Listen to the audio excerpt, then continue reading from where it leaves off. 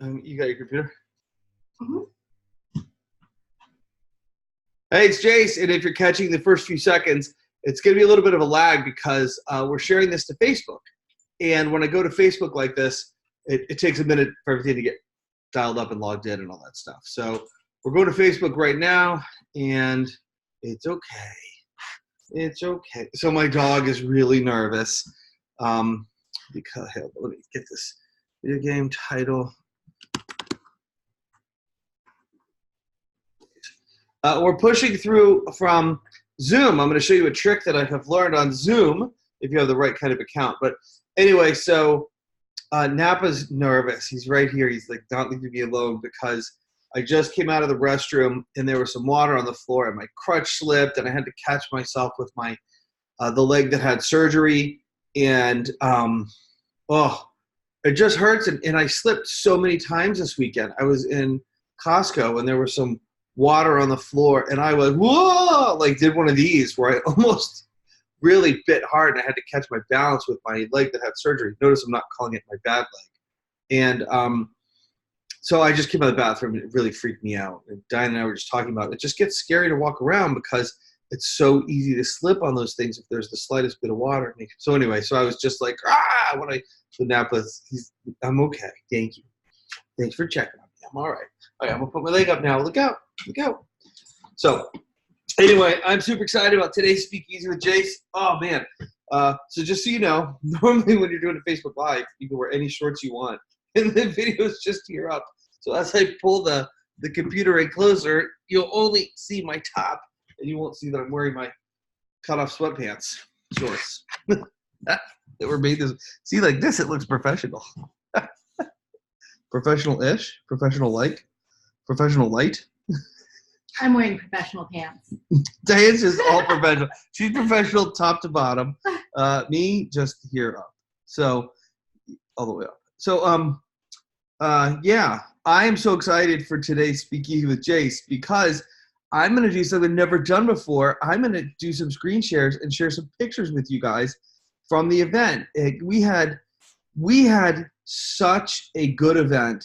It was incredible. Also, if you ask questions or make comments, there may be a delay in me answering them because I'm pushing out through Zoom, and then so I can't see Facebook directly. So Diane will be looking at her computer because she's monitoring the stream and she's seeing what's going on and all that good stuff. So if you ask questions, will they show up in the comments?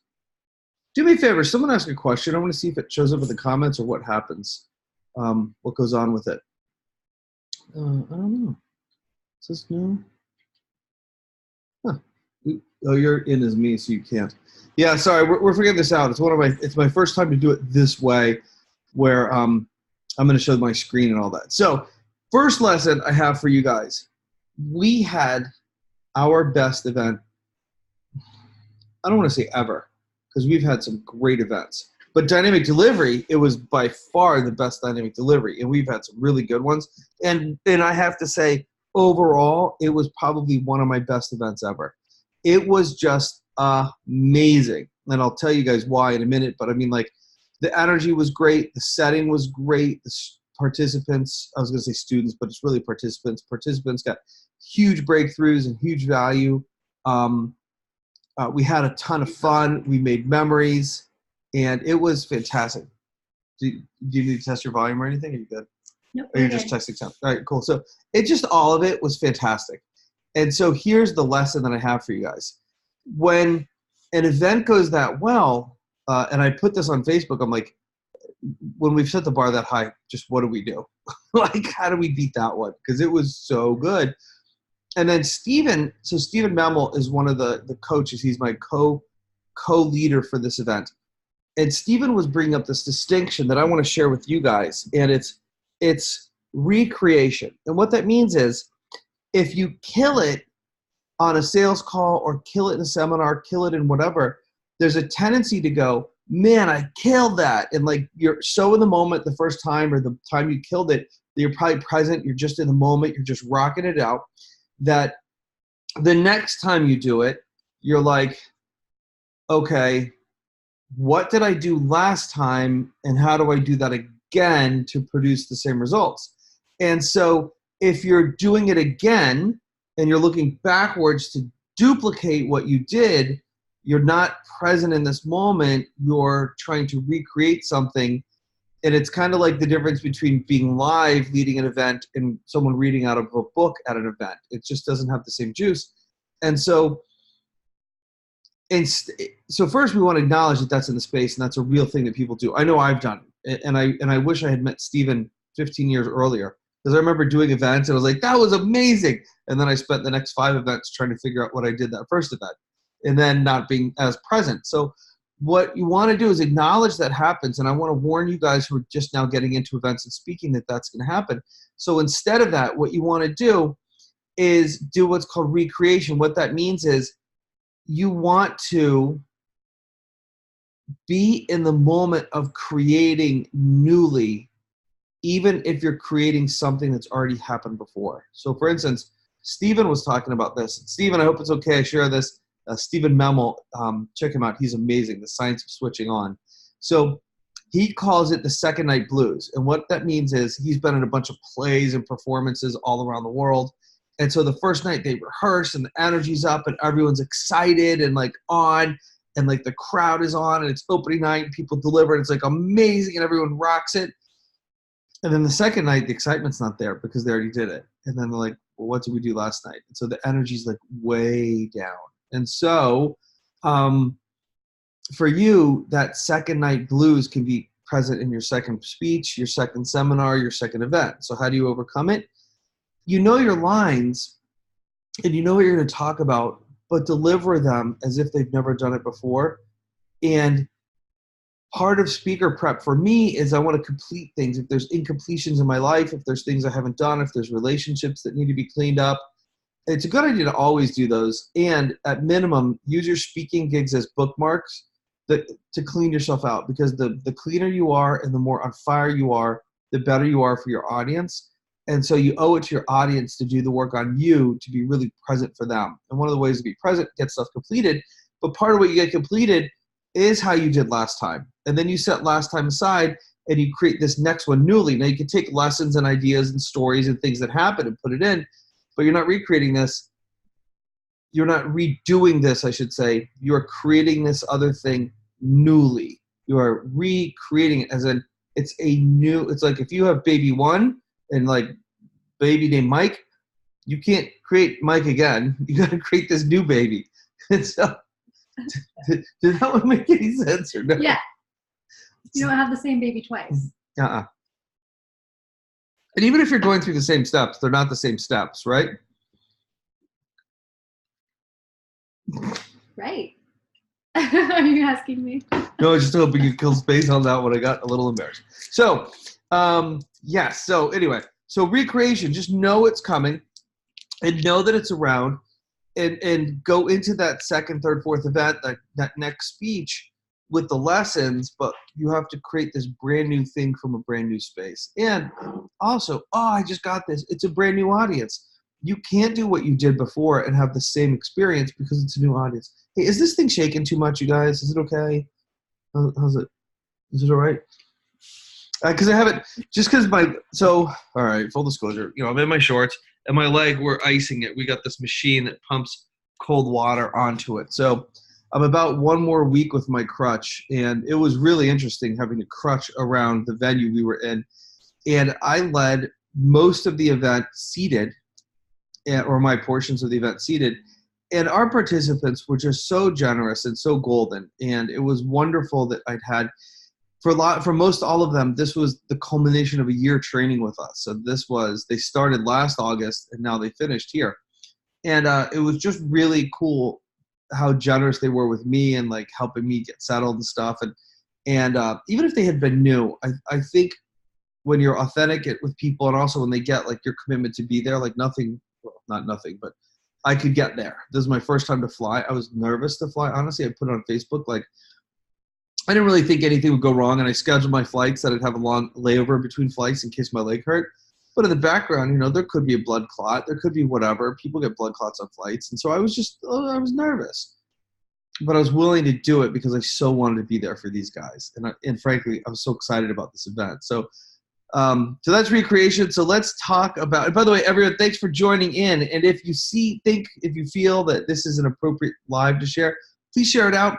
And please, please, please mash the like button and the love button and the laugh button.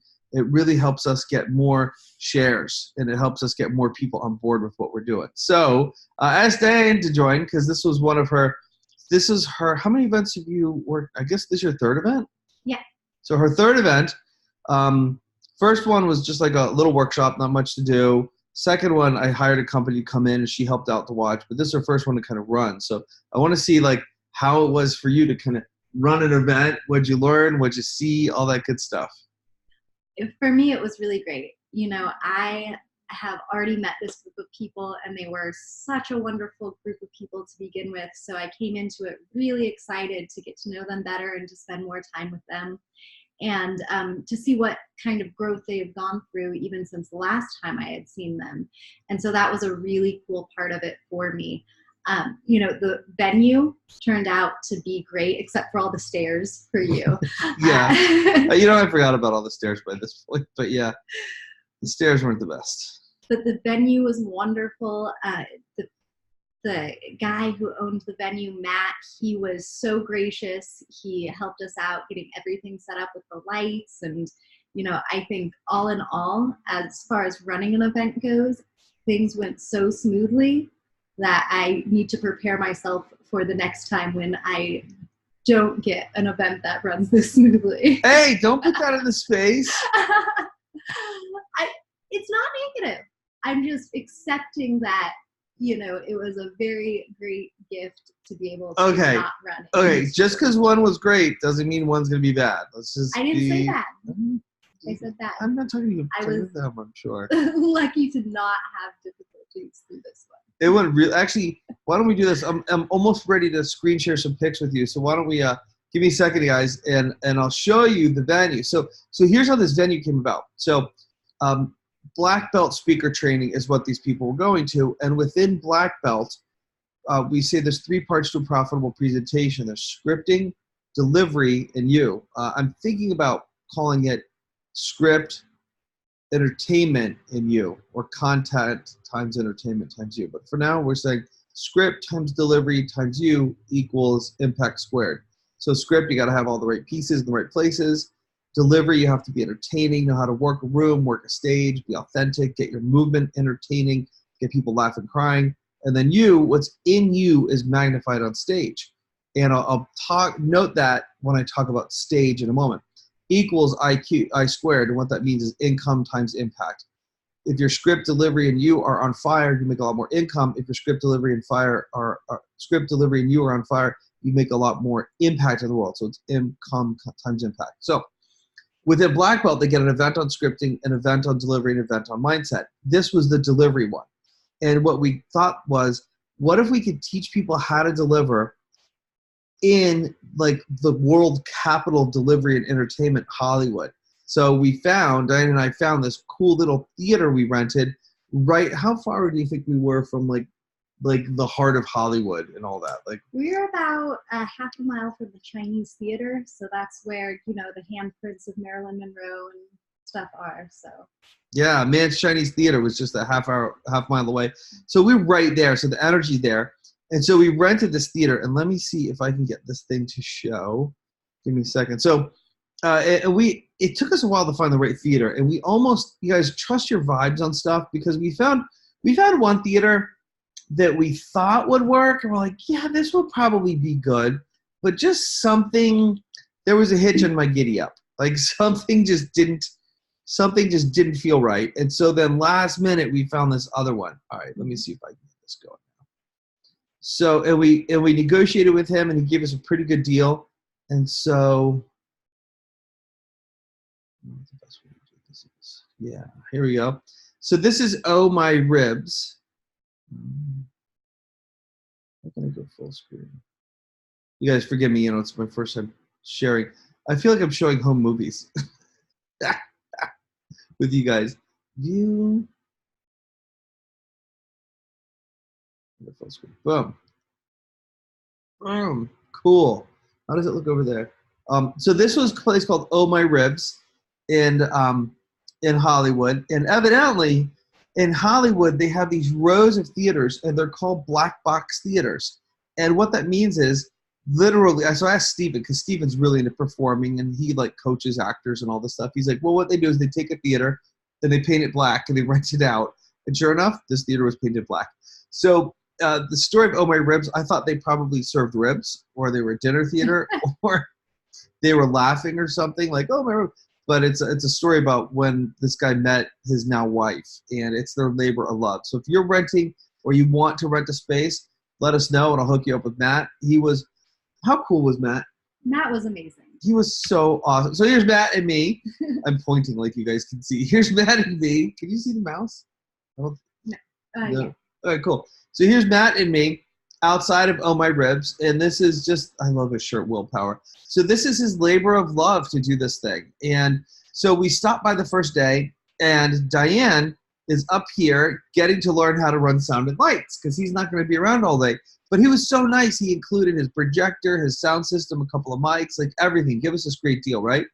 So he was talking about how him and his wife are having a vacation that weekend, and I was going to joke with him and go, hey, just leave us the keys. We'll lock up. And he's like, I'm probably just going to give you guys the keys to lock up. He said it before I even made the joke. It was so funny. So he literally, so the first day, you know, he sticks around, shows us how to work everything. And he's like, I don't think I need to be here the rest of the time. So he wound up coming the second morning, but that was it. He like, and I was like, this is not the vibe I expected in Hollywood. I did not think people would be this. Right. Right. You know, and he was really great about checking in with us throughout the day if we needed anything or if we ran into any problems. He was always available. But then he also kept his distance in a way that was really respectful and honoring. So it was a really great cool relationship. Yeah, and he trusts us with this theater. We cleaned everything up. We left it. I hope we left it nicer than we found it. And it was just wonderful, you guys. So here's what it looks inside. So here's looking from the stage to the back, and here's Diane up here learning how to run sound and lights. How was that for you? That was neat. You know, luckily I've had a little bit of theater experience before, so it wasn't all new to me. The theater. But it was really neat to be able to see how, you know, he set up the mics and everything for this type of performance. It was, you know, I just noticed this picture has the doors. Should I tell them about this? Yeah, the doors are great. So you guys see the doors over here on the sides? Everyone's like, where do these doors go? You know, some of them are like 4 feet off the ground. But the doors are super cool. So evidently someone did the show, and part of the show was about being stuck in this in-between place, and so they mounted these doors around the theater. And when the show was done, Matt was like, these look cool, just leave them. So it was less work from the other company to take them down. And it just makes this really funky, cool space. And then, I found out why they have 40. So they have 49 seats. And evidently, did you hear this yet? No. There's like union rules in Hollywood. Like if it's 50 and above, you have to have a union person come in. So they go to 49 to avoid that extra expense. So it's kind of hard to see, but if you guys can see, like these are really nice seats, and they're black, red. Evidently, Stephen Memo was saying that the black makes it look more full, like if you get shots of the audience or if you look out.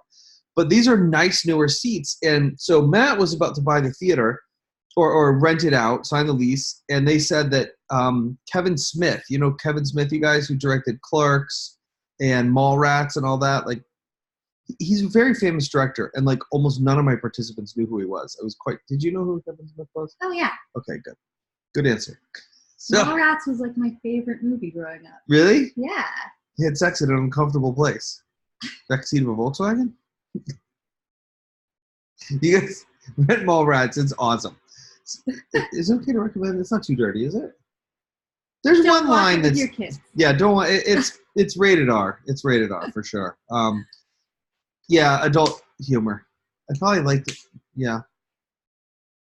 Probably along the lines of American Pie, like that level of. Okay, so let's move on. So Kevin Smith is renting the place, and he's going to pay cash to rent it for a year. And the owners are like, Matt, unless you can beat that, Kevin Smith gets it. So Kevin Smith gets it. But what's cool is we're hosting our event in a place where Kevin Smith hosted some things, and he did his podcast from here, and he did a bunch of videos and things from this studio. or from this theater, which is super cool. But Kevin put in those chairs, so the place got upgraded, and now it's this really nice, quaint little place. I love it. So here's Diane and Matt on stage, and what was Matt? Matt was like, I don't know. He was running wires or cables or something for us. So one of the things we did that I highly recommend you guys do, you always want to walk a place, test sound, test lights day before. So we went in the day before, because really no setup. In Dynamic Delivery, we stripped everything back. We had no projectors. We had no computer. We had no AV to speak of other than some music. We had no flip chart because it was all about how they perform and come to life. And we didn't even give our attendees notebooks because when people are taking notes, they're not always present. And this was really about your presence and being present for the audience. So we stripped everything back, and it just worked out really beautiful. So, but we still went by the day before and checked things out because we want to make sure everything works, make sure everything's tight when people show up. If you want to kick in on any time, please feel free. So so that's Matt and Diane, and then here's Matt and me on the stage. And one of the things I love is if you notice, like when we're pointing the camera towards the stage with the backlight, and this isn't an actual brick wall. These are movable pocket doors, and so you can slide them apart or bring in these black ones, so you could change the background. But just because it's so dark, the lighting and stuff just comes out so good. So here's a view into the audience, showing the crowd, showing what the crowd looks like. And we only had we had 10 people, which is, it wasn't all of our black belts. There's about 4 missing, and it was a small and mighty group. What was cool, though, I'll tell you about in a second. So the audience kind of looks empty, but at the same time, everybody got a lot of one-on-one work, which was super, super cool. And so anyway, so I took that pic. So here's Stephen Memel. Stephen is my co-host for this event. Stephen's been on, he's been in multiple plays. He's an amazing singer, performer. He's coached like Mariel Hemingway and Drew Barrymore and Adam Levine and all these other famous people. And he's just amazing. And this was the sharpest I've ever seen him. Like, he was just on, like, day one, he gets on stage and starts coaching, and like tears are flowing. People are having all these cathartic, emotional breakthroughs. Anything you want to say, please say. So it was just awesome. And Stephen, thank you. If you want to check out his stuff, guys, it's The Science of Switching On. Also, Stephen is at Profitable Presentations Live, and he is at Dynamic Delivery, which we do together, this intensive. Anything you want to say? Not about him or anything? If there is, just chip in, okay? I will. So here's Steven coaching Olga. So I'm showing you this picture of Olga because this was a great lesson. So I'm flying to LA from Boise on Monday. The event starts Wednesday. I had some fun stuff I wanted to do in LA on Monday. And then Tuesday is like prep day. Also, just in case something weird happens with the airlines, I like to fly down an extra day early. Plus, then instead of traveling and all that energy and then bringing that into my event, I can travel and then get centered and grounded and then have my event. So I'm really there for them. Well, on Monday I had the vibe to make a post about the event, and I was kind of, you ever double clutch on your ideas or your post? And I was like, I don't know if I should or not. I was like, no, I should. And I was like, all right, I'll do this post. So I'm gonna see if I could find it. I hadn't planned on showing you guys the post because it was actually a really unusual and cool post. So basically I said, hey, I'm on my way to Los Angeles. I'm so excited to do black belt. Here was this one. So I wrote, there's a lot of text, which is longer than I normally would. But then I put in a picture of the theater and the black belt speaker training logo and the logo for the event itself, right? And here's what I said. And there was this picture I pulled off their website of the theater itself, kind of a funky, cool picture. So I said, black belt in a box. Oh, and you know how you can tag your post? It says Jase Souder traveling from Boise to Hollywood. So excited, traveling to Hollywood for our event, Dynamic Delivery, where we'll train for 3 full days on how to present, providing on physicality, voice, and working room. My co-presenter is the amazing Stephen Memel, and we'll have a great group of our black belt speaker training coaching clients.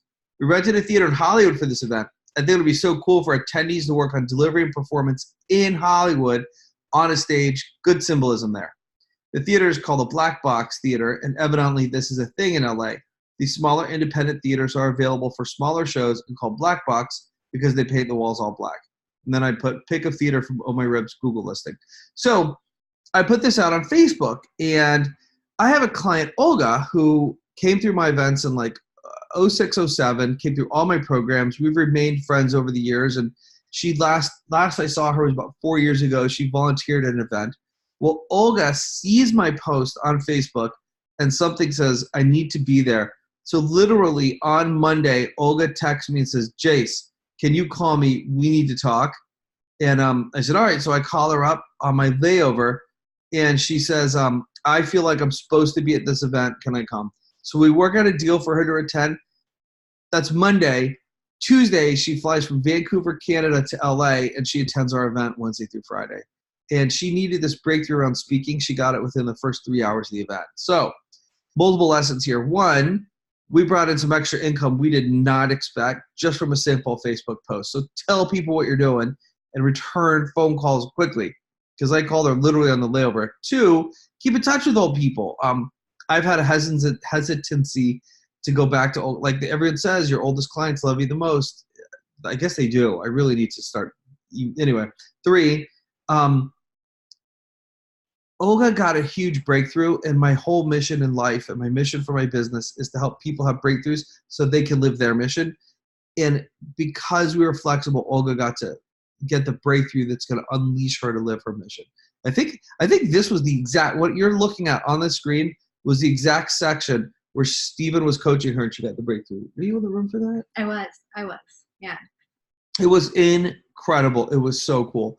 So we got to live our mission. And then really this event was just for, well, it had been designed just for black belts, but we let her drop in, and I did it because, we had an existing relationship. But what I'm thinking now is I think people could pay just for specific events and come to just them. They'll get a much better price. They'll get the structure of black belt.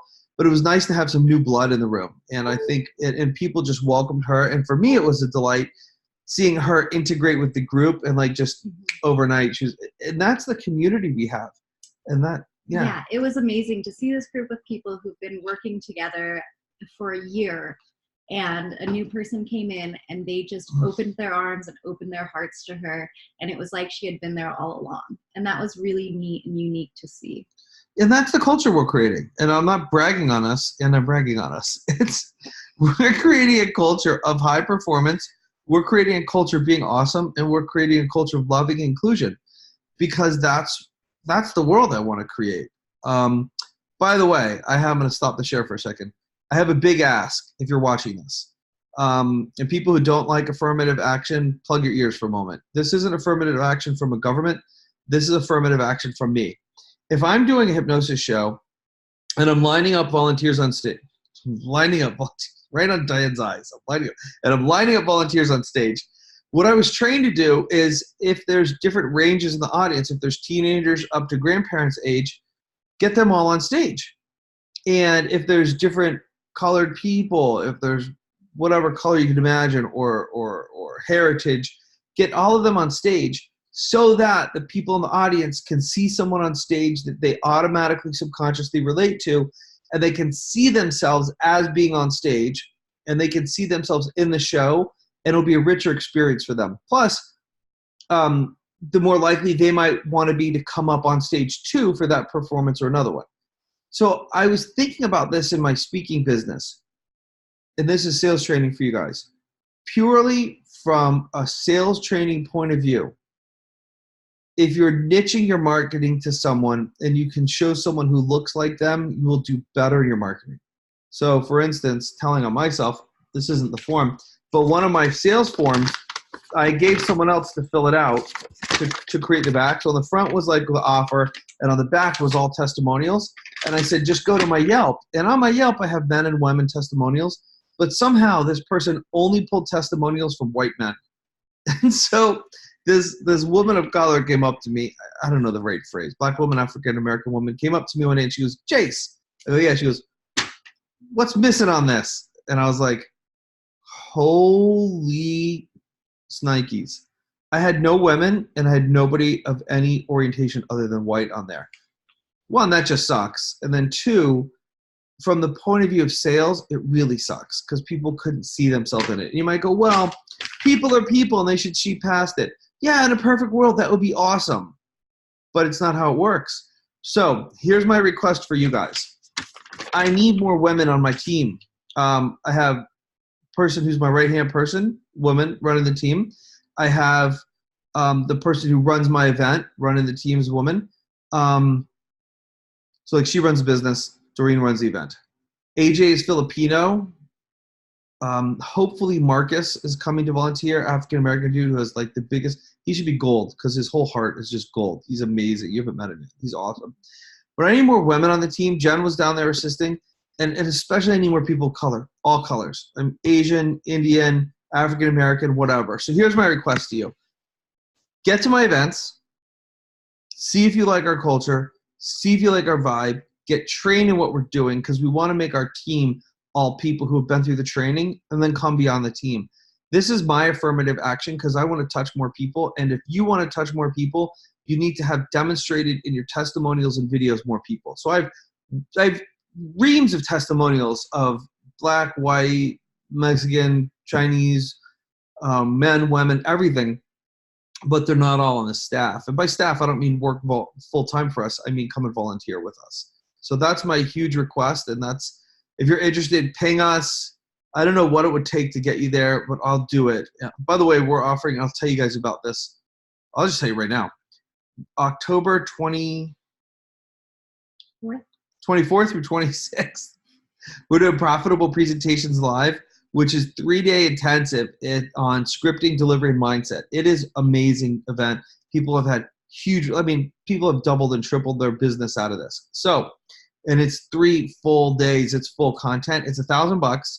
And because my leg and because I have this mission to get 100 people there, I am discounting it by 80%. So what that means is if you want to go, $800 off. It's $197 to attend, and you get 3 full days of training. Why am I doing it? I'm filming it, and I want to get 100 people there. I've never, ever had 100 people at an event. So that's me playing full out. So if you're thinking about going, just ping me, send me a message. Oh, Erica said she wants to go. I need to get your – sorry, business.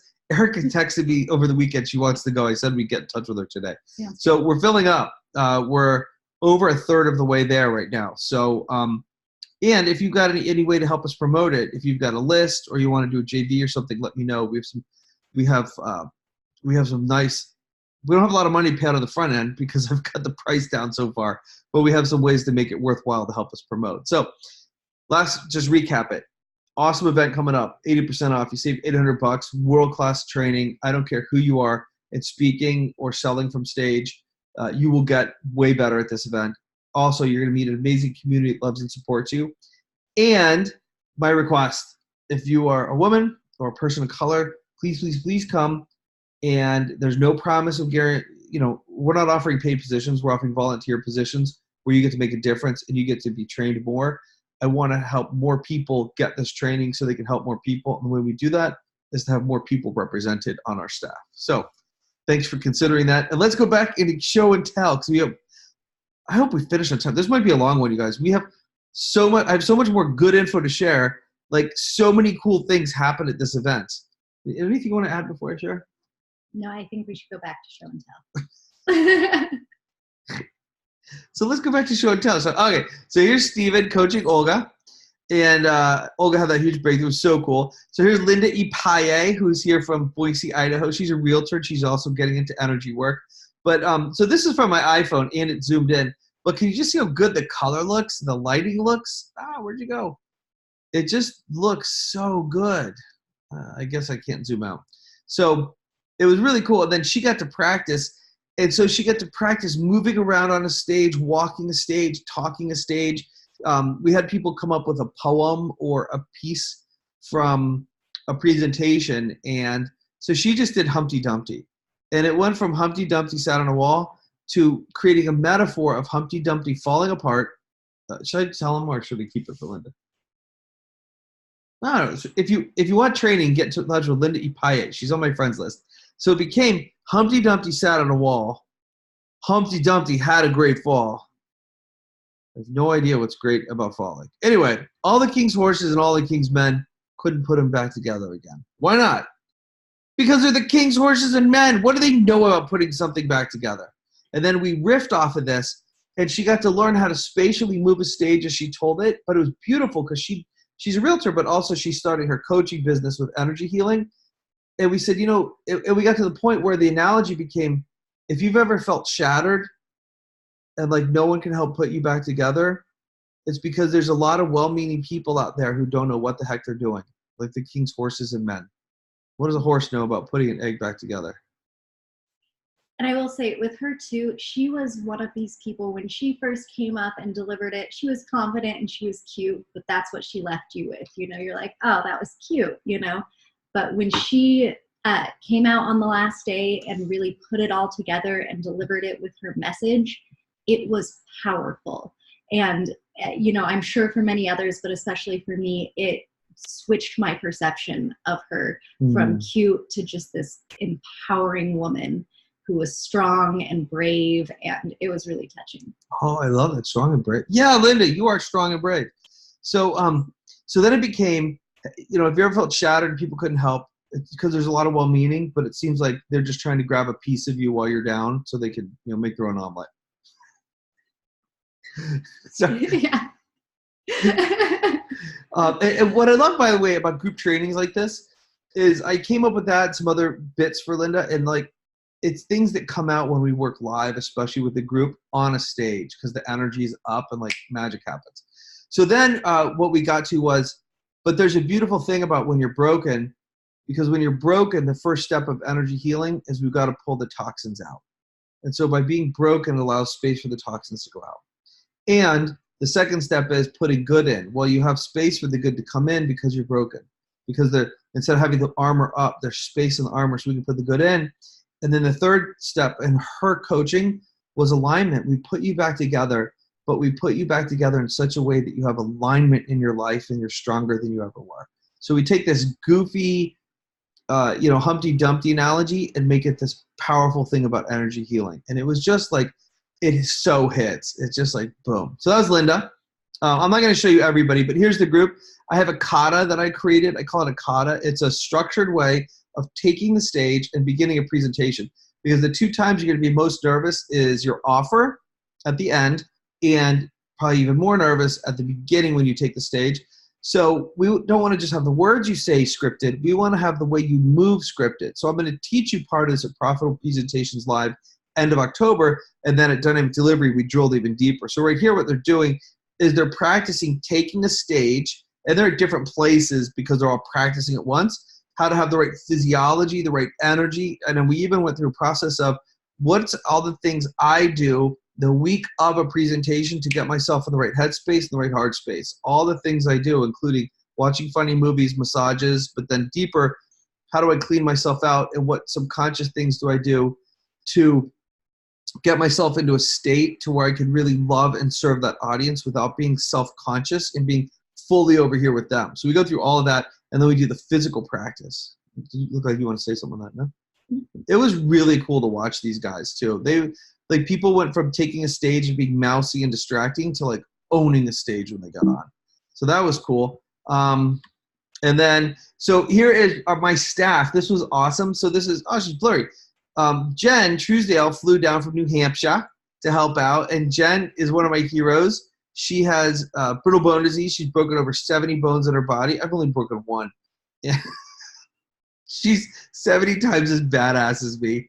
And sorry, she's blurry. I need to get a better picture to put it next time. But she flew down on her own dime to support the event and to be a part of this and to love on people and to get trained. You guys, there's steps of evolution. There's going to the event and you're like, holy crap, wow. Then there is going again and being like, all right, it's integrating. I understand what's happening. I'm getting mastery. And then there is, you step on this side of the table and you get on the team and you help create the space for others, and you grow faster by seeing what others are doing well and not doing as well as you. And then you also get to meet the other speakers, coaches, trainers, and have conversations that elevate you. And then the next step would be on the team and teach a part of the event. That's the path I went through. That's the path Jen is going through. She helped us do some sales this weekend, and she got to be this is her second time to volunteer, and each time she's elevating because she's on this side of the table. There is a magic to be on this side of the table. I think the two biggest things is you see what other people are doing negatively, you see their limiting beliefs, and you go, why are they doing that? Oh crap, why am I doing that? And then the second is when you're an attendee and there's a speaker, there could be a loving relationship, but your attendee, their speaker. When you're staff and their speaker, you're now on the team, and maybe the speaker needs a ride to the airport and you get a half hour alone with them. Maybe the speaker needs a coffee and you get to be that person, or you get to just hang out and goof around. There is a difference, and the staff goes to dinner with speakers a lot of time, not everybody necessarily. So real magic. Anytime you want to chip in, just chip in. Okay? I keep feeling like you want to say something. I'll say something when I want to say something. Okay. All right, cool. So that's Jen. And then here was magic. This was like, and this is something I'm going to take forward forever. So I had this vibe. I was thinking, because we're in LA, and I was like, I know speakers in LA, and I've been thinking about calling some of them up, but a lot of times speakers, they either want to sell, which is a great model, like they'll speak for free, then they'll make sales, but I didn't want to put a bunch of sales in the space, and I don't know, I wasn't sure, and then the week of the event, I'm just like, it was the night, like Monday, the event starts Wednesday, like Tuesday, I'm like, I feel this thing, like, Jase, do it. So I messaged, I also just want to see some friends that I know that live in LA, and it'd be cool for them to pop by and say hi. So I messaged some people, and I had 3 people say, yeah, I'll come, I'll speak, I won't sell, and I'll just contribute to the group. So the first one is AG Morishida. And so AG came by, and I met him like probably 10 years ago, but we haven't really gotten to know each other well. And it was almost like a God thing. Like, God, have I lost the stream, Diane? We're still here. Okay, we're still here. There we go. So AG came by, and he just shared his heart and what he's up to, and it was incredible because we are so aligned. So AG now has this thing called Movement Makers, where they're teaching people how to create a movement. And one of the things he said, and this is really critical for you guys, if you don't have a movement, you will be irrelevant. So I teach people, and I hadn't put in the phrase of a movement, but I teach people you have a God-given mission only you can do, and it can be fulfilled and funded by your business. Well, really what I'm saying is you have movement inside of you. So AG has an event coming up in October. I'm going to go to it called Movement Makers. And it's going to be, he brought this just lovely, it was like, he brought love into that room and calmness. So what's funny is he's an extrovert and he doesn't get things done, but he also can be introverted. But he just was so heartfelt and loving. It was incredible how great it was. And one of the things I learned from him personally, AG, I have to give you a big thank you on this. He talked about how he was raised Buddhist and he found Christianity later. And so he's this real nice blend of East and West. But unapologetically, he gave credit to God and the Holy Spirit for where he is and where he's going and how the Spirit directs his business. And I realized I had been holding back on that. And so for you guys, I want to apologize. I had to apologize to one of our attendees because one of the attendees doesn't really believe in God, and we've talked about it. And I want to make a space that's safe for everybody.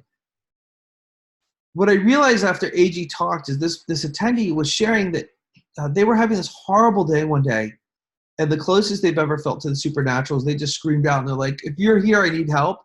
And like they heard this voice say, we've been waiting for you.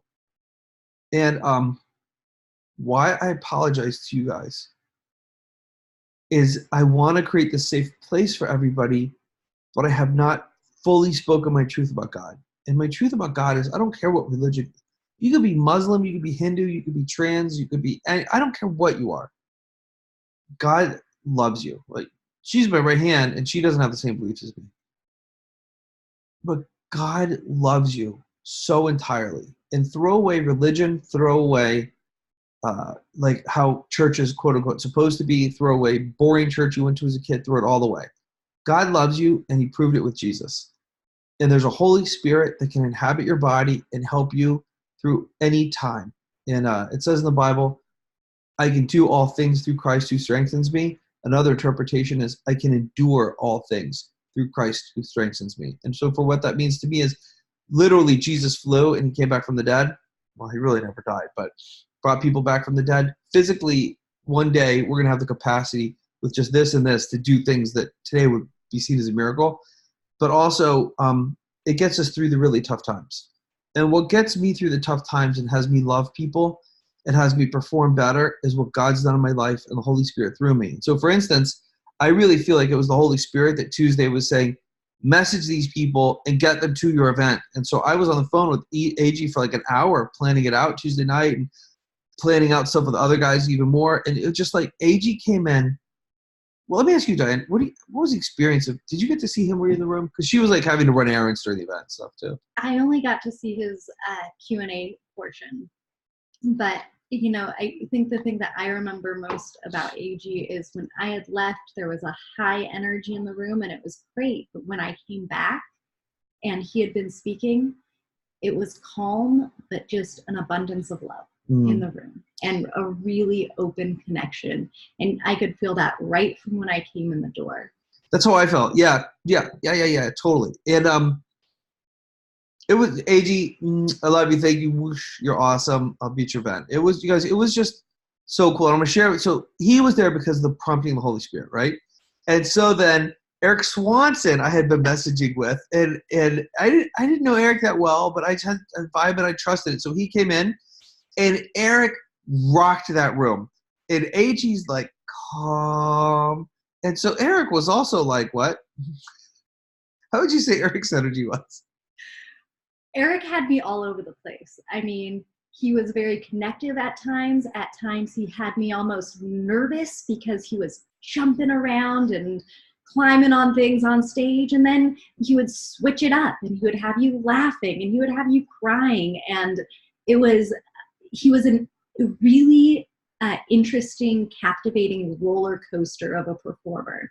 Yep. And it was phenomenal. Yep. And so AG was a speaker trainer, and now he's like doing this movement makers thing. Eric does some speaker training, like one-on-one stuff. He does more an event where you can get on stage and speak along with today's top speakers. So you get to say, I have shared the stage with. And if you either ping us, we can get you special pricing for his event. It's like a pay thing. And then you can also go to his event where he has these world-class speakers. Eric speaks like 1 million people a year. And so Eric drove 2 hours to come and speak with our 10 attendees. What does that say about his heart? Either he's really hungry or he really loves stage time, or what I believe is those, plus he has a heart to serve. And so because Eric came out, he rocked that room and his energy is like, ah! And when Diane said nervous, it was an intentional thing. He pulled this box out on stage and got on it. So now he's on an elevated stage, and then he's elevated 2 feet more, and he's talking about to go down the mountain skiing. And so he was wanting to create that emotion in us, and he did it. Yeah. So I would describe Eric's style more as a true keynote speaker who gets paid to speak to corporations and come in and give a performance they will never forget, do his hour and 15 minutes. And it was a performance, right? And he's super high energy and creative, like all over the place. So Eric was a total delivery style, and he totally rocked that room, and it worked. And what was super cool is before his official speaking time, so the way the theater's laid out, I have to like crutch up on the stage. It takes me a while to go on stairs, and then I have to crutch down these stairs in the backstage, and they're real narrow stairs, so it took a long time to get to the bathroom. So there's this dead time. It was officially a break, but it was time that people could talk. So Eric starts teaching people. He just gets up and he goes, here's how I set up my product before I speak. Here's what I do with my books to make them look good before I speak. Here's some hidden tips on da-da-da. He starts doing all this extra speaking. And it was brilliant for 2 reasons. One, the attendees loved it, and they got extra training. And a lot of it was stuff that, because Eric said I didn't have to, and because stuff I would have talked about, that he added some stuff and I've never heard about, like how to prop up your books and some other things. But then 2, Eric got extra stage time for him, and he delivered extra value. So the attendees get extra value. He gets extra stage time. Everyone gets more rapport. It's a win-win-win. It was just wonderful. So Eric came in, and then I got to know him. So that was so fun. And one of the things he did that was brilliant is he put his his phone on a selfie stick, and he got these awesome selfies with all the attendees, which I thought was fantastic.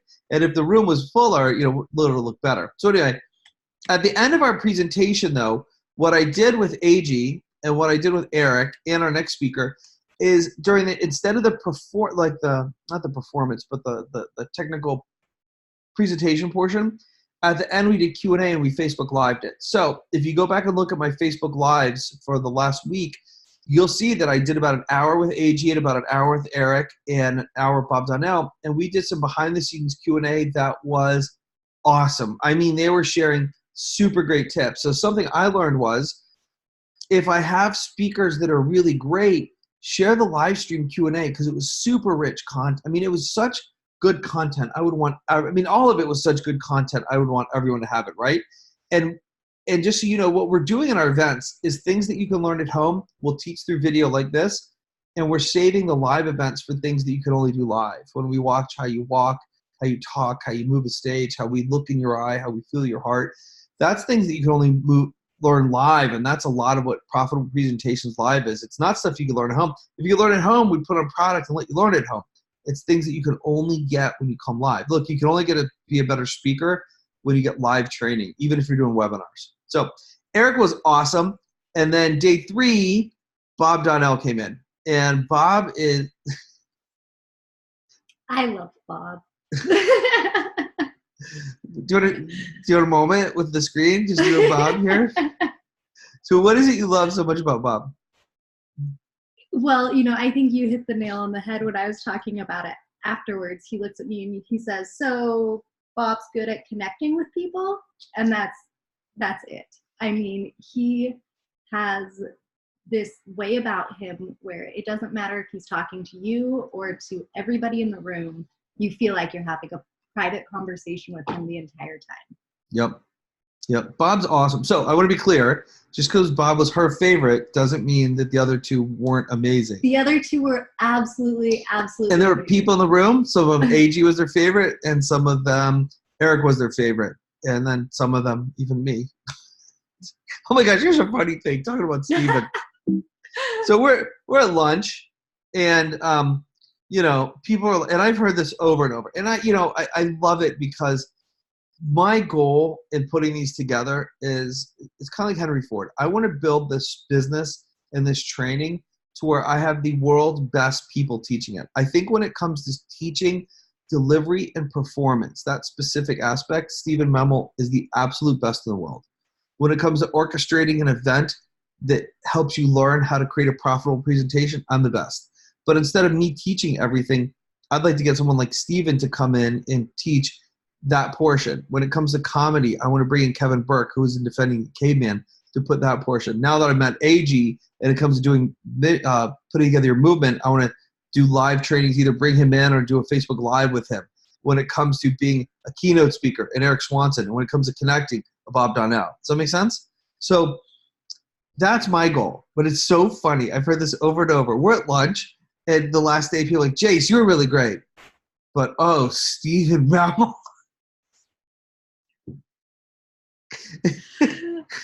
I can't tell you how many, and you know, thank God I've done enough work on my ego to be humble, because Stephen, I'm like, shut up. That's awesome. But that's why I bring him in. I bring in the best because I want my attendees to have the best. But it's just so funny. I've heard this over and over. And then like how she's all in love with Bob. She's, Jase, you're great. But Bob Donnell. Well, I was thinking about this too, and I was thinking about it more in the analogy of Santa Claus. You know, when you get an awesome gift from Santa Claus, a kid doesn't yell out, "Yay, Santa Claus!" They yell out, "Yay, bicycle!" or whatever the gift is, you know, but underneath it all, you are our Santa Claus. You are the one bringing us these wonderful, wonderful gifts, and we're very excited about them. They call me fat. You shaved your face. I shaved by accident, you guys. I was cutting videos to promote the latest event, and like my mustache will come here, and I was like thinking about cutting the videos, what I was going to say, and I went up too high, and it created a pencil thin mustache. So I had to shave my whole everything off for the video. So, but it's coming back. It'll be back. So anyway, no, that's a great example. Just leave in the comments if you'd like him to grow the beard back or keep it shaven. I mean, yes, we'll take that grow into the beard, account. not shave. Grow the beard. You like shaving? I like shaving. I thought you liked the beard. I've never seen you without a beard until you shaved your face this time. Oh, that's right. Yeah. Was it when you picked me up when we met in Hollywood? Yeah. Oh, yeah, I picked her up from the tap. Starbucks or whatever coffee shop, and she's like, is that you? Yeah. Anyway, back to the point. So Bob Donnell looks like Santa Claus.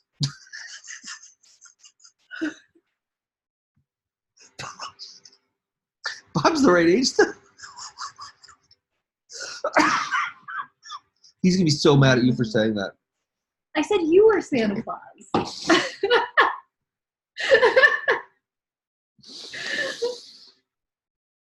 Almost bit my iced coffee. Okay. If you're wondering what's in here, it's iced coffee. So,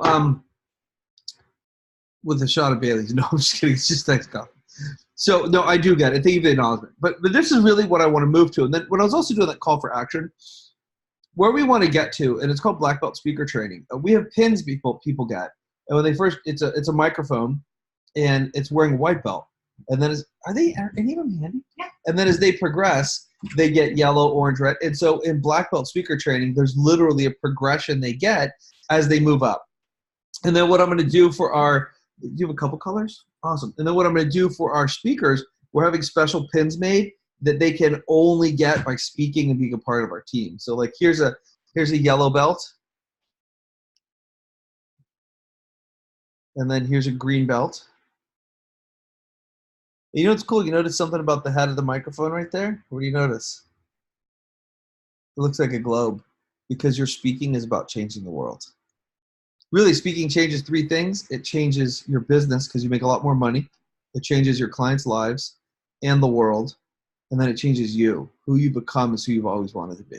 So bring it back to our show and tell. Bob Donnell was amazing. And Bob has this like calm, but like super intentional delivery style. And Bob's been through some crap in his life and he shares it.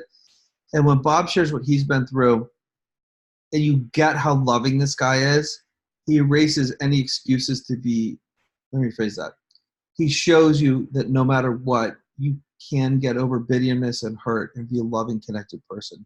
Bob, it's public knowledge. Bob had a child die and he saw her die in front of her in a car accident. He saw her die in front of him. He did CPR on her, but she passed, his little daughter.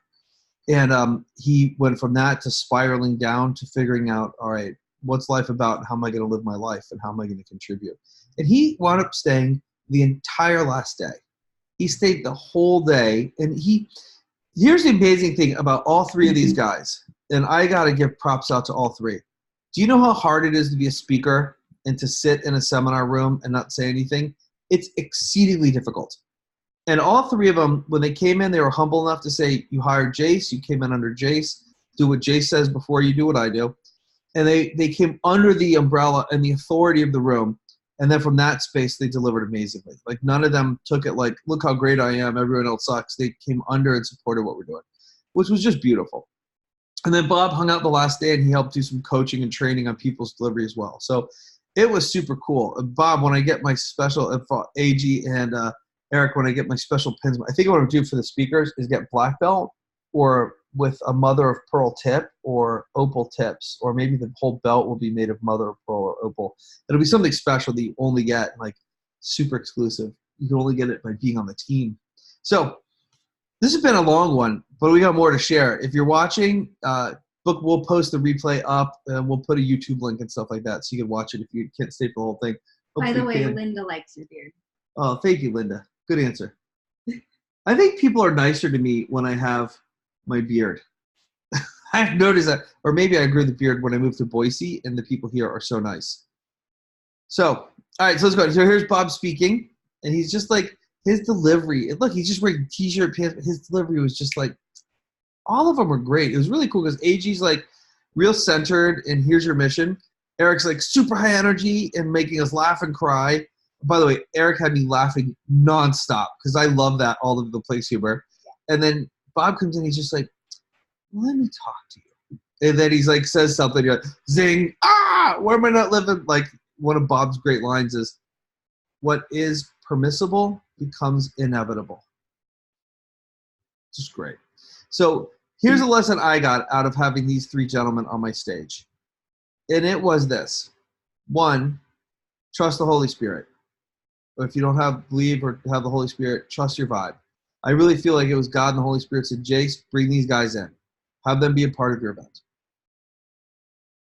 Two, the big thing I got was these guys are world class, like world class. And they brought so much to the room beyond what I could have done.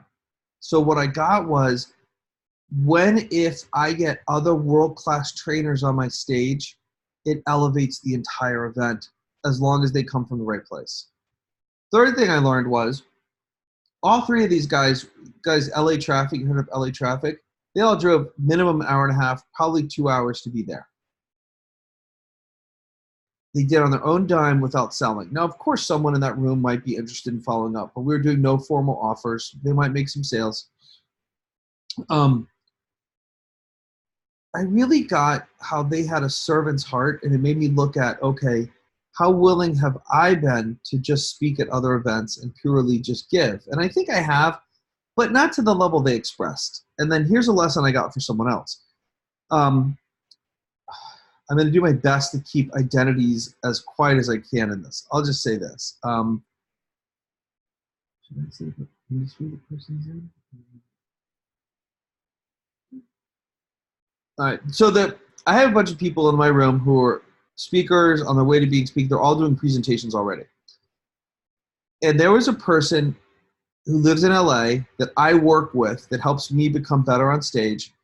Every single person in this room was this person's ideal client. And these people in this room, some of them have $1 million businesses, some of them have multi-$100,000 businesses, some of them making very little.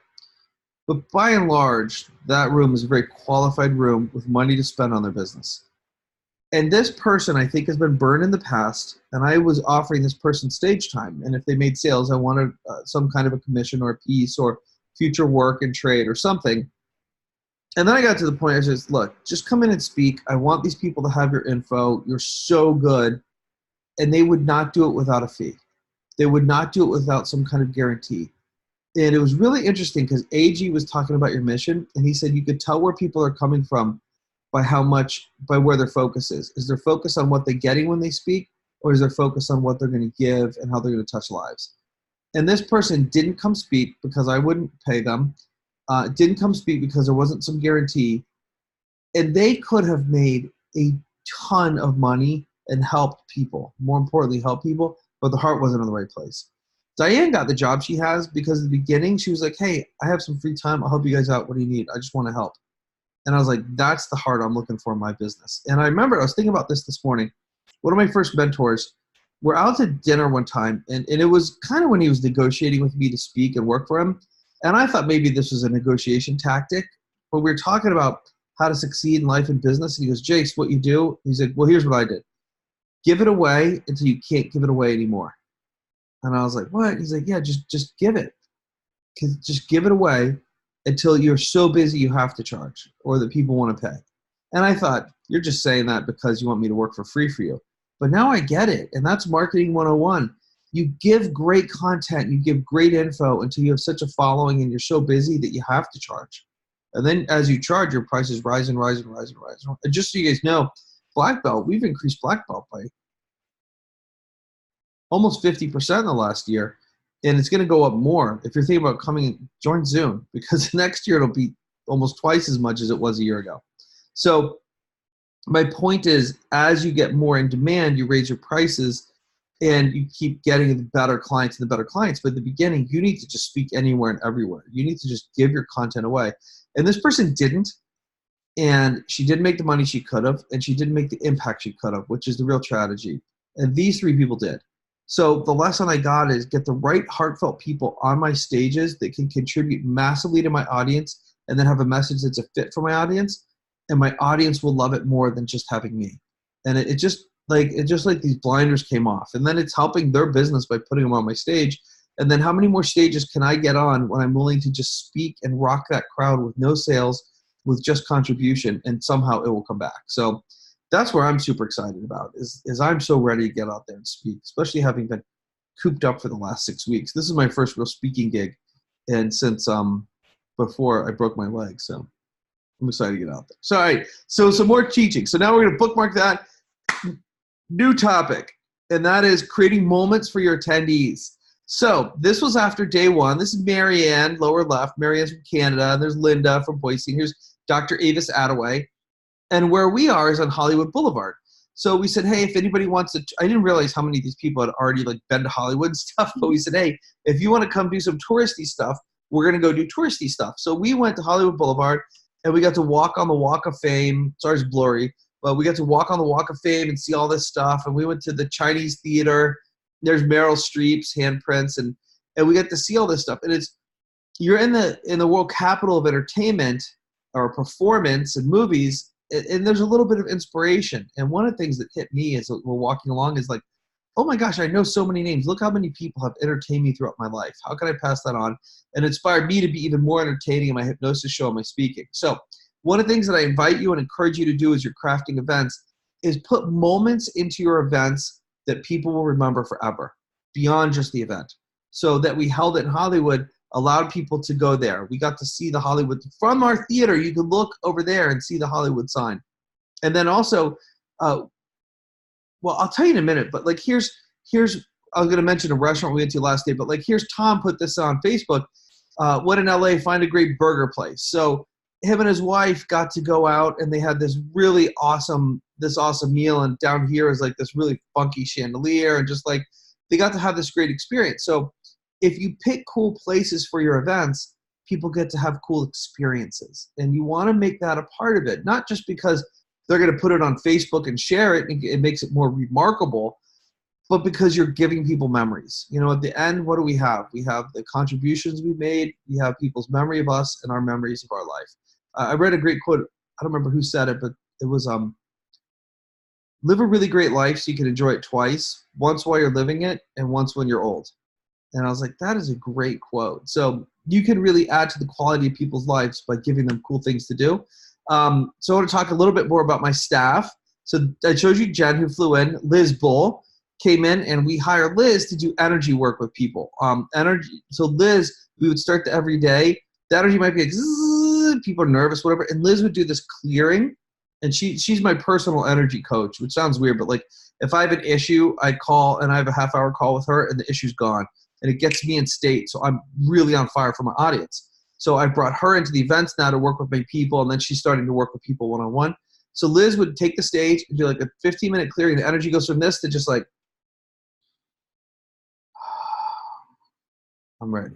It was really, really cool to bring Liz in and have her do that. She flew in from North Carolina, and she was awesome. And so here's some of our people. We talk about memories. We gave out the pins. So when I talk about these pins, we track people's rankings. And so here's Hank coming on to get his pin. And so Steven and Bob and I awarded the pins together. Here's Avis getting her pin. What rank is Avis now? Let's see what Avis is. Avis looks like she's now orange or red. Avis is now red belt. Her next belt will be green. She's now a red belt. So we have white, yellow, orange, red, green, blue, brown, purple, black. And we may add some others in. So then here is Jeannie, who came in from Phoenix, getting her belt. And then here is a group photo. One of the things I love to do on my group photos is we normally take one like this with everybody smiling at the camera, and then we do a goofy one. And typically, my goofy one is everyone has a serious face and looks in the distance like a Greek god or model. I don't know why, but I always think these are better. I do want to point out how good everyone did, except for Avis is cheating and looking at the camera. Avis, we notice. But you notice Sarah and Diane are using Hank as a prop, which I absolutely love. What's really funny is Diane pointed this out from this picture. Oh, wait, Diane, where are you? I'm right there, next to Jen. Oh, there's another one where Diane and Hank are kneeling, and Diane comes up to like his shoulder. We're both kneeling in the same way, and I'm about yay tall on it. So then here's us at lunch. Now, this was a great restaurant. Yes, say more.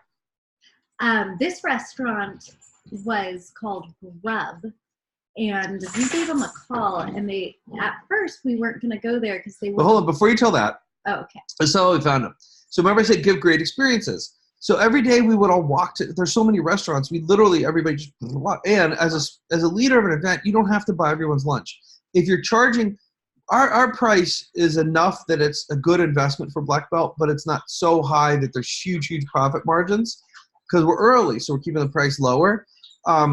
When you get above, say, $30,000 a year, probably buy everybody's meals, but you still don't have to. So we just said, hey, let's all go to this restaurant. And they bought their own meals. And you might think, well, what's the big deal? Well, it'd probably be to buy meals for everybody there, $500. That begins to add up over a multi-day event, right? So we just said, hey, let's all go. But what we did is we looked on Yelp, and it had great reviews. We went to like 4 amazing restaurants, and they all had 4 stars and above on Yelp with hundreds of reviews. Yelp to the win. Like, you guys just start using Yelp. And if a place has 4 stars and above, especially 4.5 stars rating, and they have at least 300 reviews, that's a place to go to. Another place we went was called Fat Sal's, and Fat had like thousands of pictures, 1,000 reviews, 4.5 stars, amazing food. But their ice cream, they had these milkshakes. Like, for instance, the strawberry cheesecake milkshake has a whole slice of strawberry cheesecake blended into the milkshake. And here I am. Is it noteworthy? I'm talking about it. So we found this place, and we're going to go. And Diane did something genius. So go ahead. Well, I called them, and I said, do you have room for about 16 people? And they said yes. And I said, great. We'll come in about 30 minutes. And they said, okay, well, tell all your friends to bring cash because we don't separate the checks. And I just said, oh, okay, we'll find some other place then. Thank you. And he said, are you sure?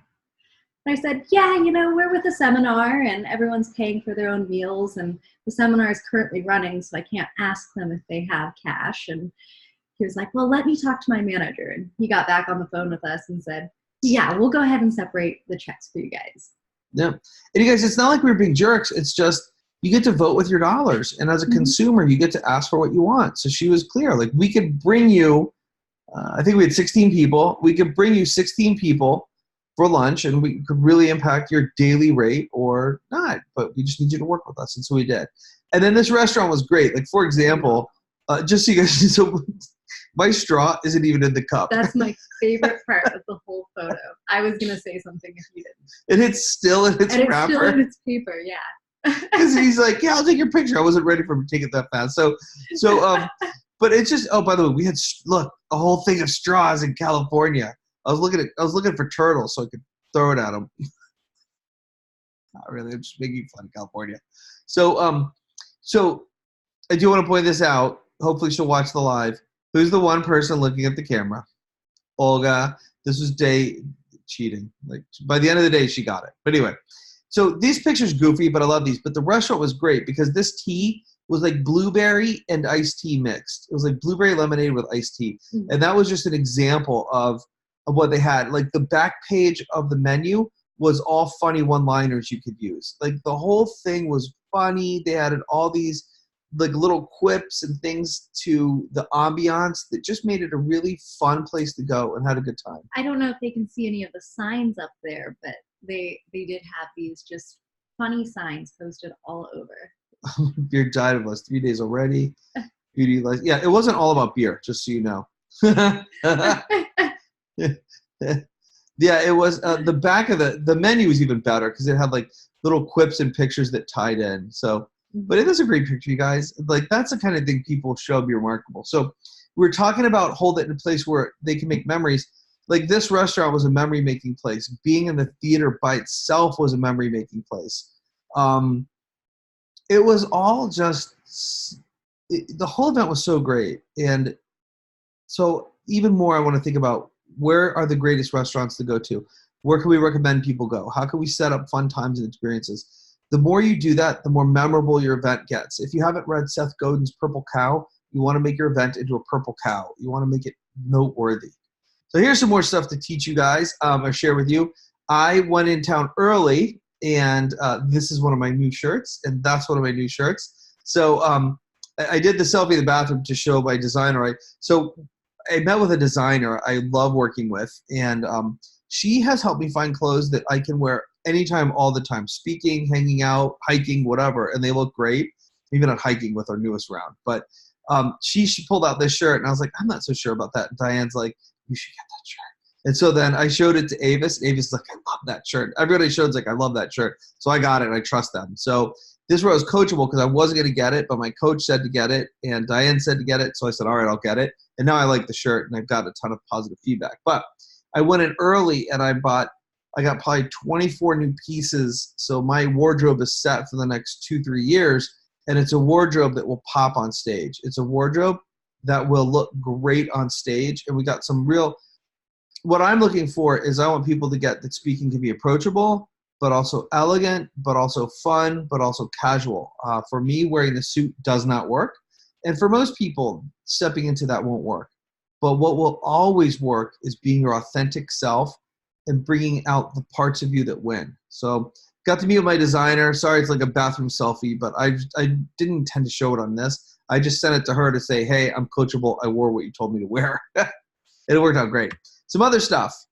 This was a memory that we didn't plan that was amazing. So we check into our Airbnb, and like a little group of us stay at the Airbnb. And one of the things I'm proud of where I am as a speaker now, there's not a big line between me and my attendees. It's they get I'm a human, and I want to make speaking approachable.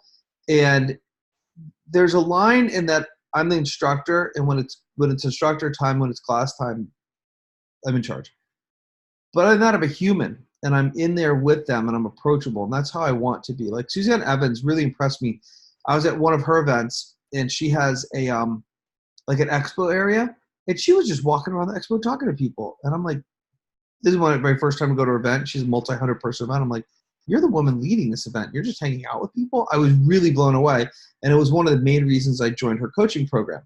So that's how I want to be. So I share my Airbnb with some people. Well, this Indian guy owns the Airbnb. What are you laughing about?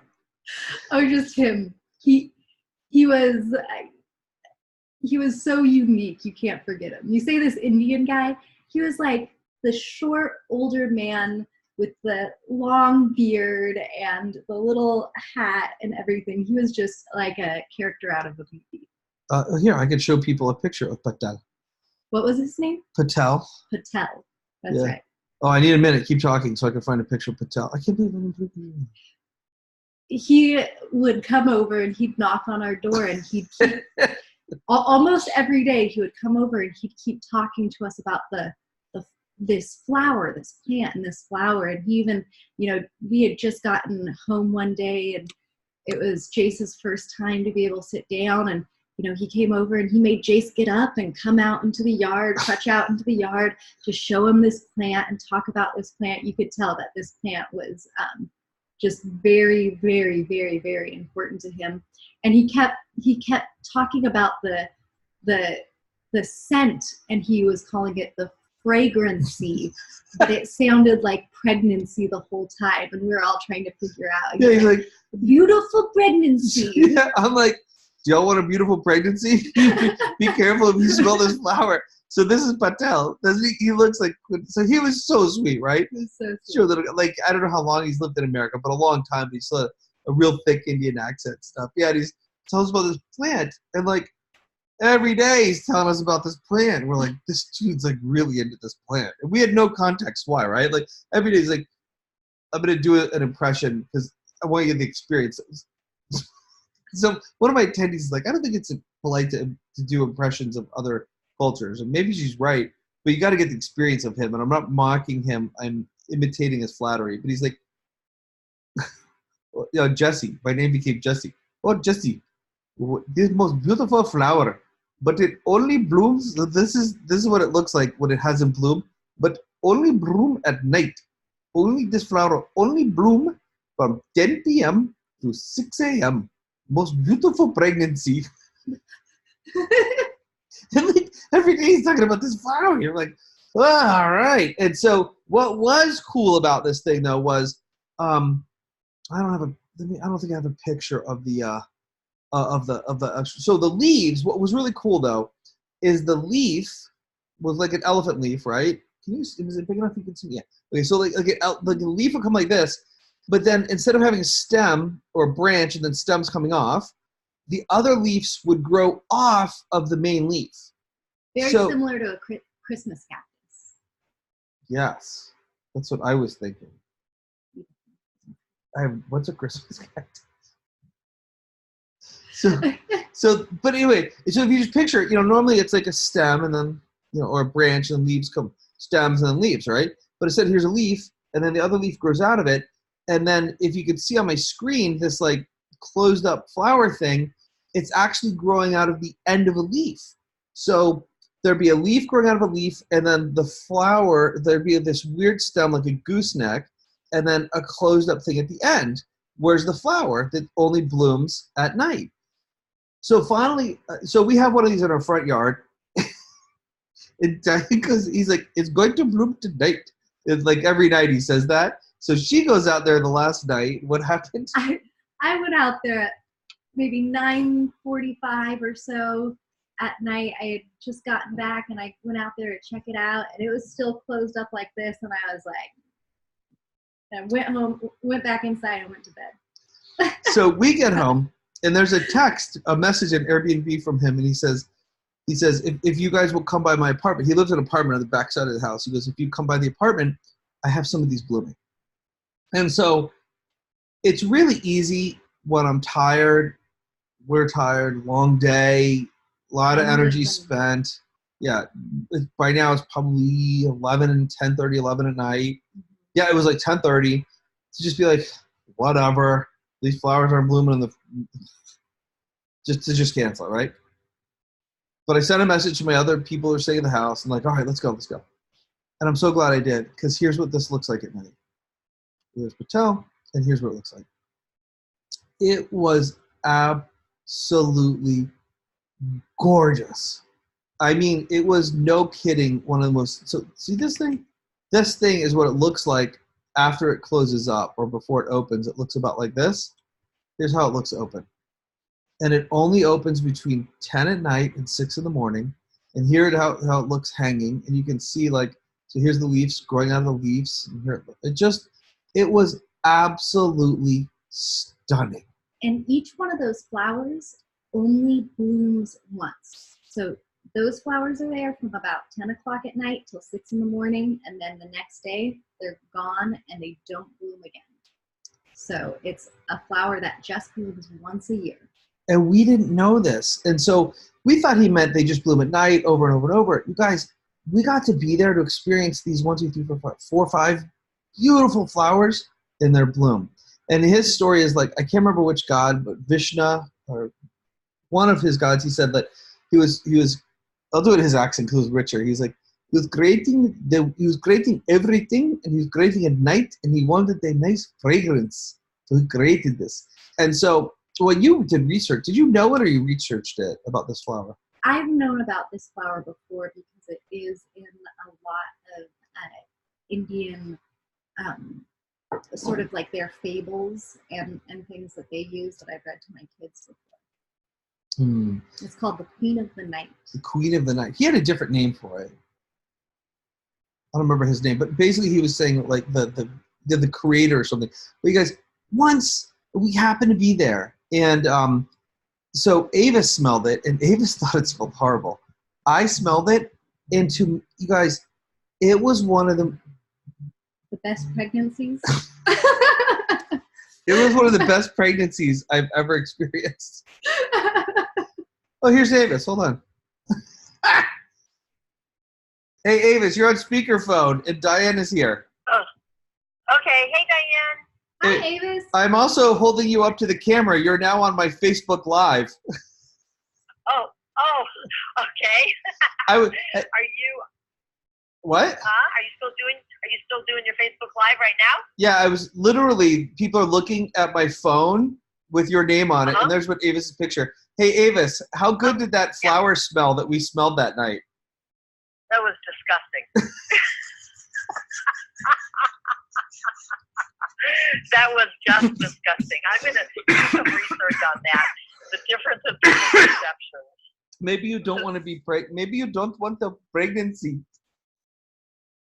Maybe I don't want it. So Avis thought it was. Avis thought it was horrible, but like Avis thought I was acting because I was like, this is probably Like, no kidding, guys. This is the most beautiful flower I've ever smelled, and it was one of the most beautiful smells I've ever smelled. It was just like, I was looking at my friends. It's like, I wish we could capture what a smell is like. So, Avis, I'll call you back when we're done. But real quick, how beautiful was the flower? Oh my God, that was just the most astounding thing. It was probably about the most beautiful flower I've ever seen. It was like purity, you know. It was purity. The whiteness of it, and the delicacy, and it was amazing. I understand why it's sacred.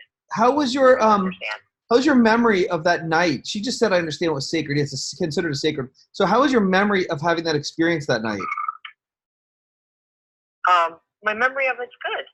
No, I mean, was it a little thing? Was it a big thing? Are you glad you were there? Don't care? What? Oh. No, it felt like an experience, you know, and being with that beautiful man who was so excited to share this experience with us. It really felt like something special was happening, you know? Like it had a sacredness to it. It's very cool. I loved it. Oh, that's great timing, because I was just saying you want to create moments for your attendees that they'll remember forever. I'll ping you when we get off. It won't be too long from now. Bye. Okay, bye. So, hey, this is the longest Facebook Live we've ever done. This is awesome. So it was just beautiful, you guys. And then here's Olga smelling it. And, she got some pictures to put on her Instagram. And by the way, things like that are great to share on your Instagram. It's a flower. But you guys, think about this. One night. And I used to not understand why people would make like these intricate sandcastles or like chalk art and this temporary art that could go away. But the more I'm evolving, the more I love it. It's like there's such an impermanence and temporariness to it that we had to be present at that place, at that moment, have someone who cared enough to share it with us, someone who took the time to message us and tell us over and over, and then we had to have the energy to go do it, that we created this experience that we will remember the rest of our lives. And there's something about that impermanence. I think it's why I love live events, because magic happens. Can you track this somewhere? Live events, magic happens that you have to be present to experience. I want to put that on the website, please. And that's, I think, why I told her I want to put that on a website. I think that's why I love live events, because magic happens and there's a temporariness to the moment that you have to be in that moment to experience it. But there's a permanence to, that's so good. There's a temporariness to the experience, but there's a permanence to the memory.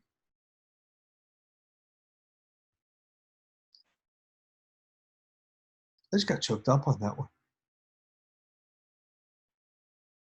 I think that's the best things in life. You have to be present, and there's this temporariness to the experience of it, but there's this indelible, burned-in memory the rest of your life, and that's like what makes great memories. That's really great. So, that was so funny that Avis called right then. What perfect timing. How's your memory, Avis? My memory's good. I have good memory. I need to ask her a better question.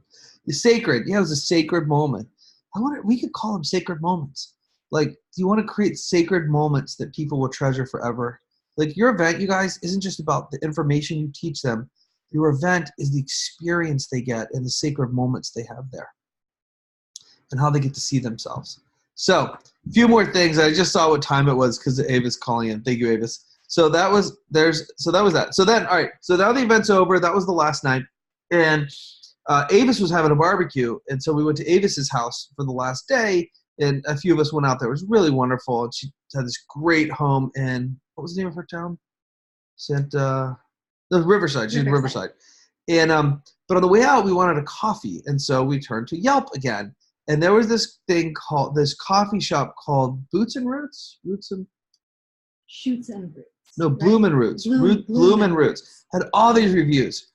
And as we're pulling up, I see all African Americans. I don't know the right phrase. African Americans walking around. I'm like, is this an African American neighborhood? I don't know. Well, we pull into this place, and it has literally 50 reviews, all 5 stars. And all the art has African American themed art. And then I took a picture of the bathroom because I just wanted you to see how they made this bathroom nice. It's purple painted, this nice upgraded light. And then they had the free Black Women's Library. Well, I see a lot of African Americans in there, and it says the free Black Women's Library. And I'm like, all right, they're marketing to African Americans. And then if you notice right here, this bag, Bloom and Plume, that was the name. That looks like an African American woman. So what we figured out was they are marketing to African Americans, and here's the marketing lesson for you. Well, actually, before I give the lesson, I want to rewind. One of the things that I do when I see 5-star places like this, and I said this to Diane and Marianne, who was with me, I go in and I look for lessons. How are they creating themselves to be a 5-star place? What are they doing? Because you have to do something extra for people to give you 5 stars and only 5 stars. What are they doing extra? So like when we were in LA, we ate at a place called Fat Sal's. Well, Fat Sal's has these over-the-top milkshakes like I talked about. We ate at Grub. Grub has all these extras, fun things, as well as great food. One of the places we ate was called Indie Mex. It was Indian food combined with Mexican food.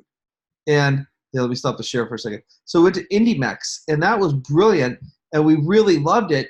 And it was like they would take Indian food and then wrap it up in a burrito shell. And it was, do you want to say something about Indie Mex?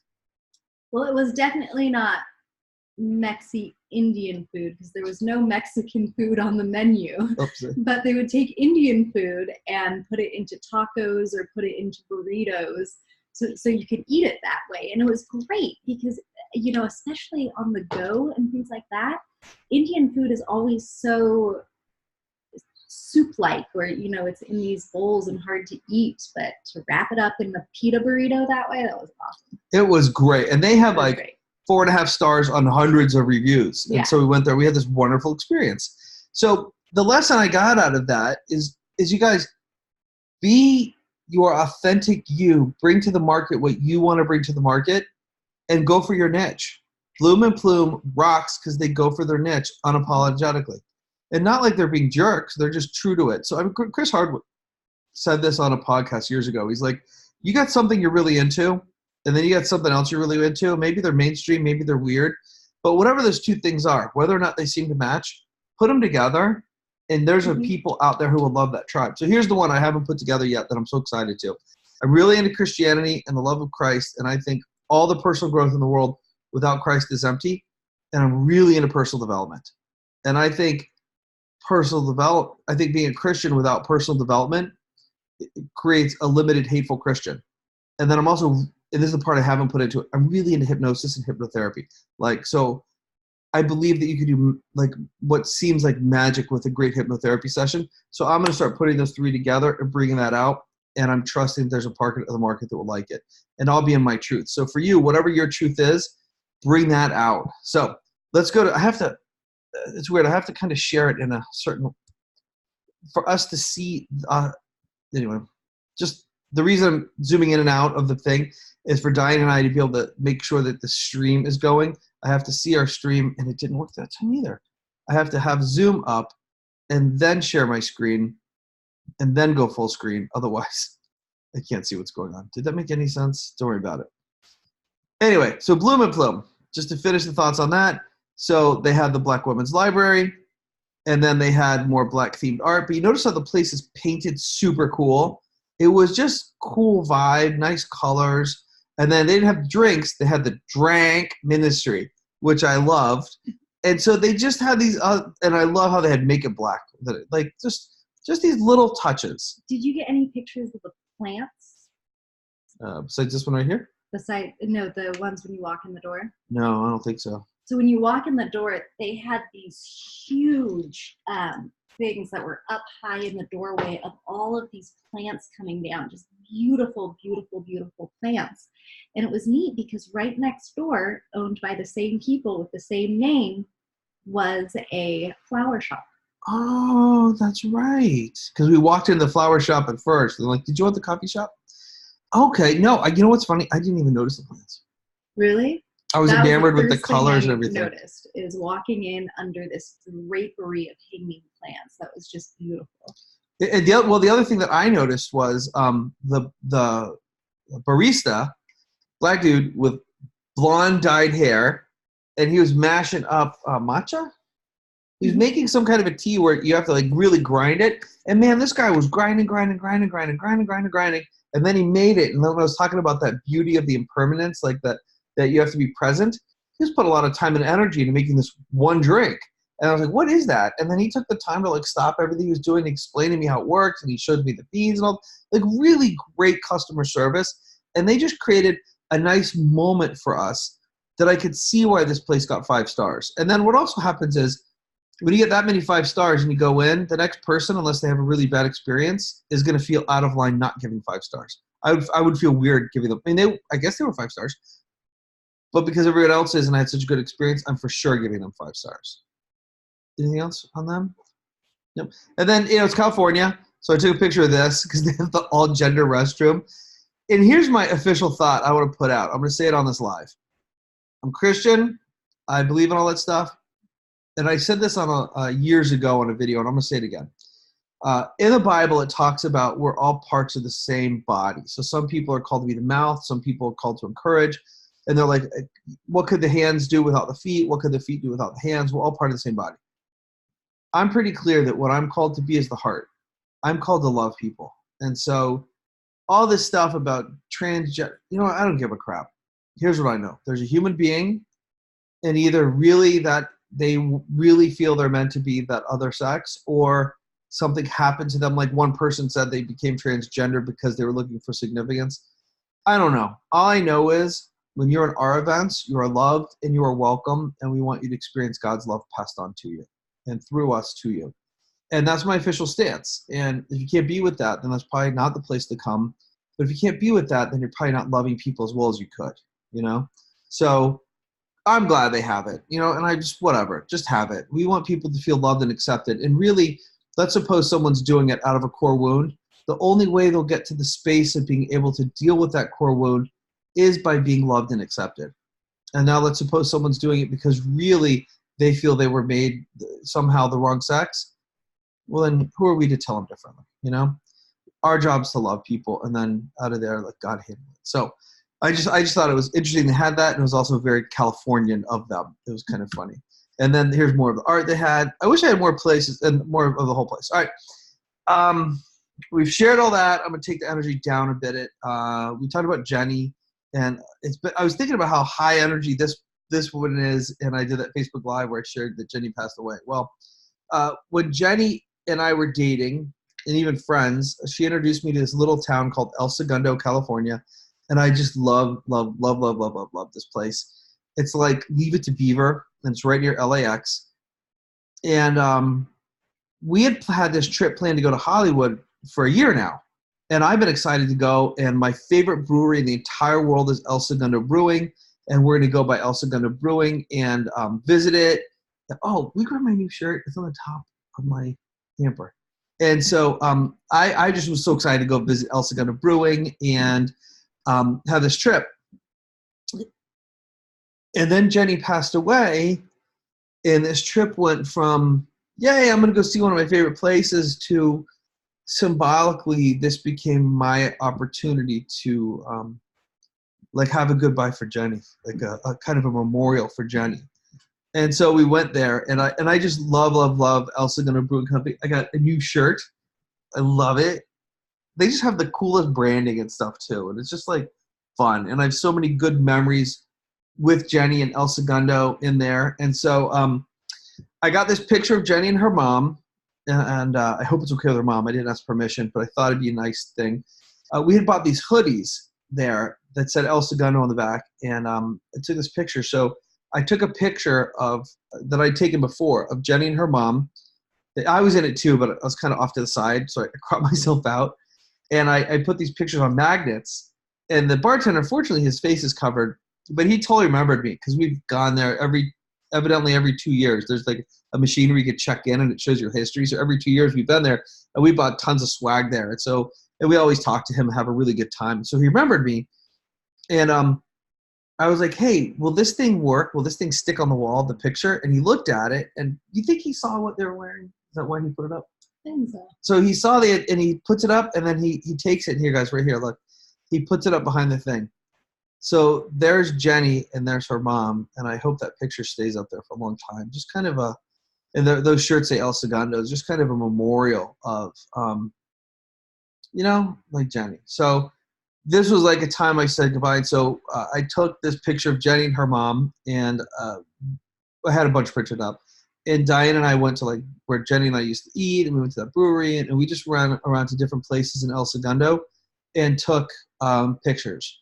And one day when the timing's right, I hope it fits for her as a memorial. I'll send it to her mom, just kind of as a little memorial. And Diane and I went and watched the sunset, and I cried my eyes out for a while, and I finally felt like I said goodbye. And so it went from that celebration trip to kind of a goodbye trip. And it still trips me out she's gone. Like, it still trips me out she's gone, especially with football season here, because we would text, and she loved Napa to pieces. They had this real deep connection. I keep wanting her to tell her goofy things he's done. And so it's weird, but it just brings it back home. You guys, we just don't know. We just don't know how long we have, right? We just don't know how long things are going to last. And we got to make a difference while we can. So I hope one day her mom will see this as a memorial and love it. And I just thought it was so cool that the guy put it up there. And he put it on the wall here, just see this, and then he stuck it up there. So I thought that was badass. We didn't even tell him why. So if you're in El Segundo Brewing, and that picture's up there, and if you ever want the best IPA you'll ever have, El Segundo Brewing. So then I'm going to go back into teaching, and I'm going to wrap with one final thing. Actually, did I cover everything I promised I would cover on this call?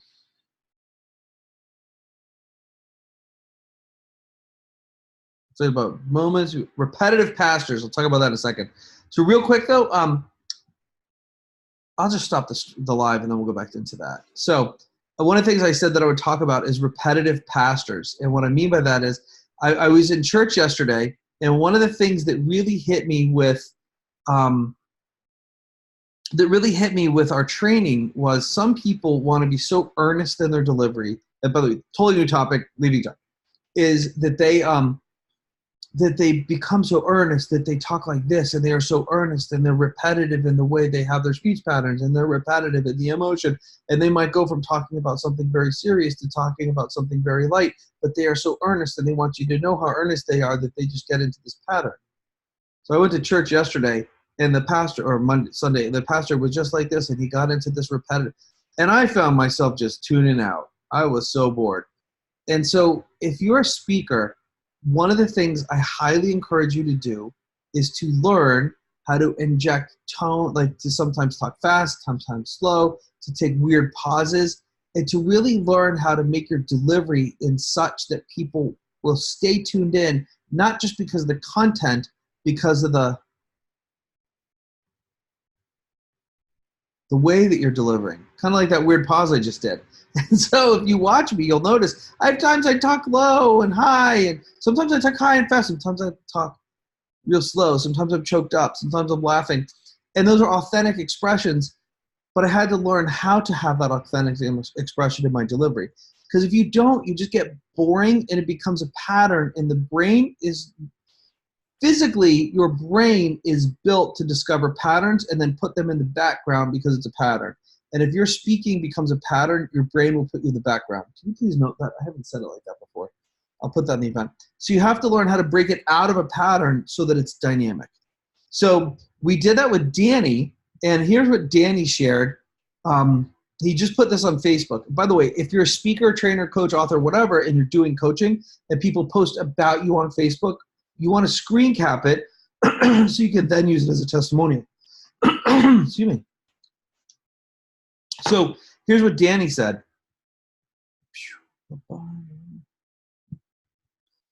Just finished my first presentation after a home inspection. It was my client's second inspection within the last 2 years. She was like, wow, you really do care about me and my family. My last inspector just told me the facts. Delivery is a key component and actually caring. Thanks to all the coaches for another great event. How cool is that?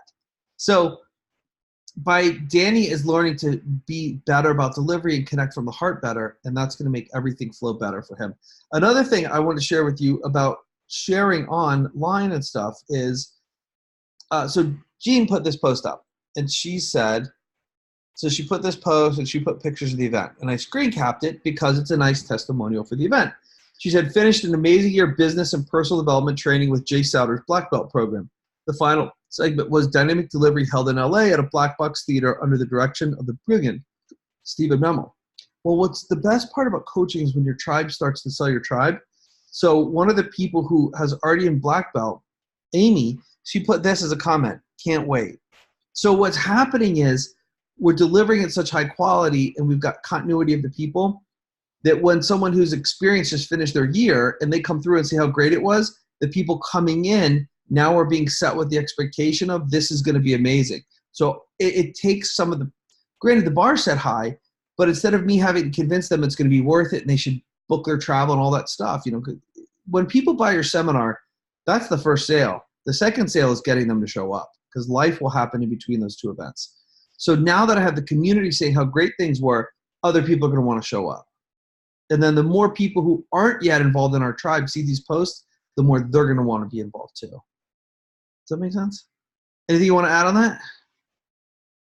Nothing? No. All right, cool. And then the last thing I want to share with you is this. I heard a song, and by the way, if you want to go to Profitable Presentations Live, if you want to impact lives, make way more money, use the fastest way to grow your business, which is public speaking, just comment me too or send us a message, and we'll get Diane on the phone with you, and she will get you hooked up. We'll make it, it's super easy to register. It's a phone call, or she can just send you a link where you do it online. It's easy peasy. So the last thing I want to share with you is I heard this song, I Lived. And I have heard this song multiple times, but the lyrics really hit me. And I'll put a link to the song in the comments. It's I Live by One Republic. And it's, I hope when you take that jump, you don't fear the fall. I hope when the water rises, you built a wall. I hope when the crowd screams out, it's screaming your name. I hope if everybody runs, you choose to stay. I hope that you fall in love and it hurts so bad. The only way you can know is you give it all you have. And I hope you don't suffer, but take the pain. I hope when the moment comes, you'll say, I did it all. I did it all. I owned every second this world could give. I saw so many places, the things that I did. With every broken bone, I swear I lived. I hope you spend your days, but they all add up. When the sun goes down, hope you raise your cup. I wish that I could witness all your joy and your pain, but until that moment comes, I'll say, I did it all. I owned every second this world could give. I saw so many places, the things that I did. With every broken bone, I swear I lived. And I've heard this song before, and I've always found it inspiring, but maybe it's because of this thing that I'm going through right now. There's a part of me that loves that I'm going through it, because the chorus, he just starts saying this over and over, and he says, with every broken bone, I swear I lived. With every broken bone, I swear. I owned every second this world could give. I saw so many places, the things I did. With every broken bone, I swear I lived. And while it was really sucky and painful, I was mountain biking when it happened. And I moved to Boise. And I found a place I loved and I made it happen. And I had a chance to go on a mission trip, and I did. And I made a new friend. And July 3rd, I was saying I'll mountain bike more. July 4th, I was mountain biking. And it sucks that the first day of mountain biking, I broke my leg. But I lived. And I think the trick for me and for you is after the broken bone, to get back out there and live fully again. It's not just to break that first one, but to be willing to live. I think that's why Jen, that I showed you earlier, is such an inspiration. She's broke 70 and she keeps rocking. And she just knows she's going to break another. And so instead of being afraid of it going to happen, she goes full bore. I can't say I'm there yet, but I think that's the way to do it. And this broken bone is a testament that I lived. And for me, it's confirming that right now I'm living the life I want to live. And more importantly, for the most part, I'm living the way I want to live. So it's been awesome, you guys. 2 hours almost. Crazy. Anything you want to add? Any final thoughts from you, Diane? Not anything. What are your final thoughts, Diane? My final thoughts Yes. are, this was fun. I like this. Yeah. You should have me on more often so I can tease you on camera. You guys, we did a video just for Black Belt in the airport. Well, okay, so wait, can you go down to the basement and get some before? I didn't get up to see the flowers. So I had, a good 9 hours of sleep that night and lots of coffee in the airport. So we're doing it live, and like, you know how you look like you're going down the stairs and stuff? She's doing all that stuff in the background. There's a clear chair. They're totally going to see you. You need to start.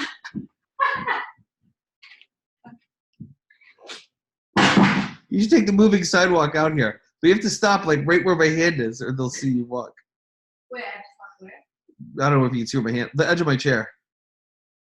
Yeah, that's pretty smooth. Anyway, guys, Napa woke up on that one. He liked that one. So there's Napa. Here's my obligatory shot of Napa. He's been chilling on the couch. Oh, he woke up. He's been sleeping. I love you guys. So anyway, Profitable Presentations Live is coming up October 24th through 26th.